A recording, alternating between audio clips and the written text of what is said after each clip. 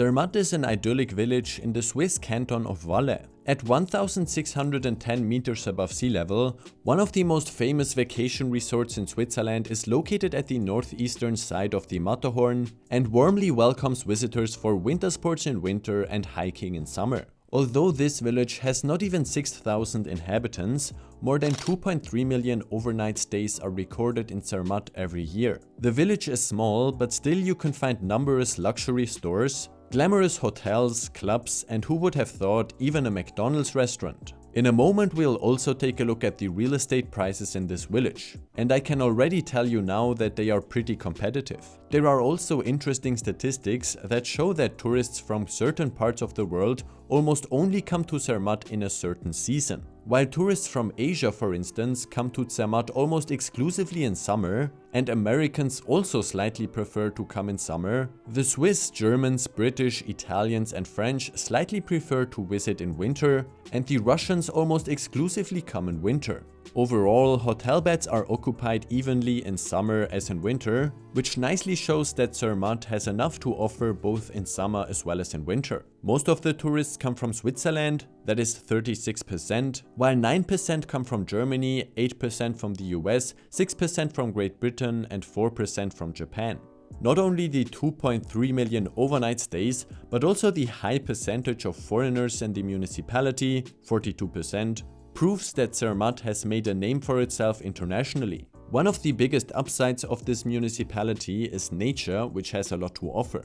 On the territory of the municipality of Zermatt, there is not only the Dufourspitze, which is the largest mountain in Switzerland and the German-speaking area, but also 21 other 4,000-meter tall mountains are located entirely or partially on the territory of the municipality. But apart from forests, lakes, rivers, streams and many glaciers, the Matterhorn and the view to the Matterhorn is the most iconic attraction to which Zermatt owes its fame. In fact, the Matterhorn is one of the most well-known mountains in the world and one of the most photographed tourist attractions in Switzerland. The classic view of the Matterhorn is the one from the direction of Zermatt, while the mountain looks much clunkier from the Italian side. By the way, the other side of the mountain can be observed while skiing, since there are ski resorts that are located both in Switzerland and in Italy. Since 1857, several unsuccessful attempts have been made to climb the Matterhorn, mostly from the Italian side. The British were particularly ambitious to climb this mountain, as in 1862 John Tyndall and his troop succeeded in climbing the southwest shoulder for the first time. Continuing the ascent seemed impossible to them.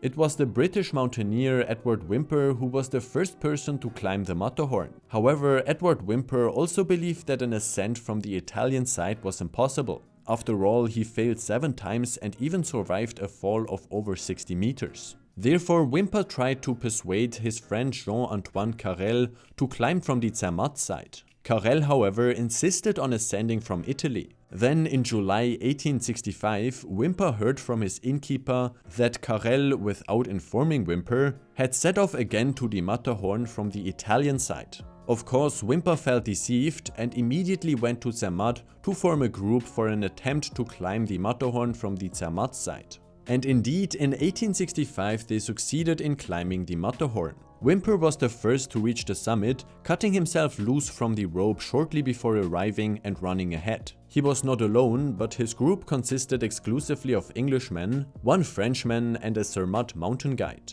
Carrel and his group, by the way, saw Whymper as he was far above them. During the descent of Whymper and his group, 4 group members died from fall damage. Only the bodies of 3 of them could be recovered, and the 4th body has not been found until today. Carrel later succeeded in climbing the Matterhorn from the Italian side. Since the first ascent, not a year has passed without a deadly accident on the Matterhorn. About 8 to 10 people die every year trying to climb the Matterhorn, and more than 500 people have died since the first ascent. There is no other mountain in the world where so many alpinists die as on the Matterhorn. Even the 300 casualties on Mount Everest so far do not come close to the 500 casualties on the Matterhorn. Today, almost 3,000 climbers attempt to climb the Matterhorn every season, and about 80 rescue missions by helicopter have to be carried out every season. But back to the village of Zermatt. You cannot reach the village by car, but from Tesch you have to change to the train, which then takes you to Zermatt. Therefore, the village is free from cars, which improves the quality of life of the inhabitants, makes the experience of tourists more authentic, and contributes to the cleanliness and preservation of the old houses. But what is there to do in Cermat anyway? 3 ski resorts with 257 kilometers of slopes are connected, allowing you to ski not only in winter. Zermatt is one of only 2 ski resorts in the entire Alps where skiing is possible 365 days a year. There is also cross-country skiing, hiking, mountain running, and other sports such as tennis and yes, even golf. There are many museums that tell the history of this place and also a variety of churches and chapels, mountain huts and the largest snow igloo in the world. On the official website of the municipality, there is even an event calendar. There you can see that almost every day there is some event, from herbs walks to guided tours, from e-bike tours to raclette tasting, and from open-air movies to forest swimming tours. In a nutshell, the village of not even 6,000 inhabitants has something to offer for every taste, whether sports, music, fashion or cuisine. No wonder then that real estate prices in Zermatt are very high. The prices of 1 million to 1.5 million Swiss francs for a 2.5 bedroom apartment almost come close to Zurich prices. There are also apartments for over 2, 3 or 4 million Swiss francs, but this is not surprising as there is a very strong tourism industry here, the municipality has a lot to offer, and above all, demand is high and supply is low.